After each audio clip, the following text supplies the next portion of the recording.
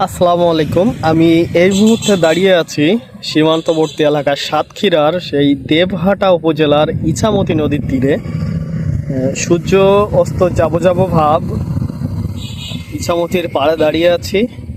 নদীতে কিন্তু এখন জোয়ার নেই, পুরো ভাটা চলতেছে। আর এই যে নদীর ওপারে কিন্তু দেখতে পাচ্ছেন, এই যে গ্রামগুলো দেখতে পাচ্ছেন, এটা কিন্তু পুরোটাই ইন্ডিয়া। অবশ্যই আমি একটু জুম করে দেখানোর চেষ্টা করি। এই যে বাড়িটি দেখতে পাচ্ছেন, এটা কিন্তু ইন্ডিয়ান বাড়ি না, এটা কিন্তু একটা বিএসএফ এর ক্যাম্প। এছাড়াও এপাশে আরো একটি মন্দির আছে, এই যে দেখতে পাচ্ছেন। এপাশে আরো একটি মন্দির দেখা যাচ্ছে, এটা হচ্ছে ইন্ডিয়ার ওপারে একটা মন্দির। আর এই যে এপাশে কিন্তু এখানে যে বিজিবি ক্যাম্প, এই যে বর্ডার গার্ড বাংলাদেশ, তাদের কিন্তু স্পিড বোট গুলাকে এখানে রাখা হয়েছে এবং এখানে কিন্তু এই যে জওয়ানেরা কাজ করতেছে। আর এর এপাশে কিন্তু মেইন রোড বলা যায় না এটাকে, অনেকটা ভিতরের একটা রোড, যেটা দিয়ে আর কি সবাই চলাচল করে থাকে এই অঞ্চলের। আসলে এই সীমান্তবর্তী এলাকা হলেও এই এলাকাটা কিন্তু অনেক সুনাম রয়েছে এই দেবহাটার। এবং ব্রিটিশ শাসন আমলে অনেক জমিদারেরও কিন্তু বসবাস ছিল এই দেবহাটায়।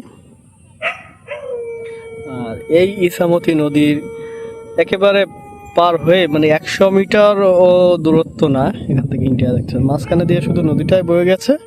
এপাশে বাংলাদেশ, ওপাশে ইন্ডিয়া। আমি কিন্তু দাঁড়িয়ে আছি একেবারেই সীমান্তের কোল ঘেঁষা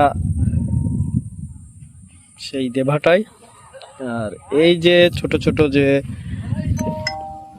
খোপ খোপ বাড়িগুলো, যেগুলোকে আসলে বাড়ি না, এই যে নদী থেকে যে মাছের রেণু সংগ্রহ করে সেগুলোকেই কিন্তু এখানে রাখা হয়। এবং এই যে দেখতে পাচ্ছেন এখানে কিন্তু এই যে এটা দেখতে পাচ্ছেন জাল কিন্তু পাতা আছে, এই জালে যে মাছগুলো পড়ে, মাছের রেণু, সেগুলোকেই কিন্তু এই যে ঘর দেখতে পাচ্ছেন এই ঘরগুলোতে ওগুলো সংগ্রহ করা হয়। এবং পরবর্তীতেই কিন্তু এখান থেকেই বিভিন্ন মৎস্য খামারিরা এসে সেগুলোকে কিনে নিয়ে যায়।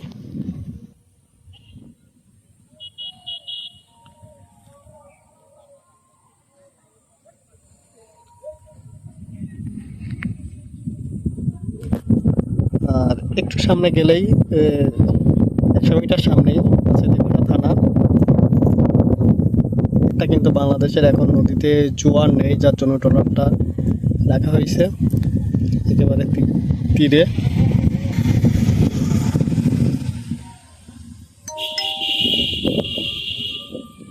অনেক সুন্দর একটি এলাকা, আপনারা আসতে পারেন।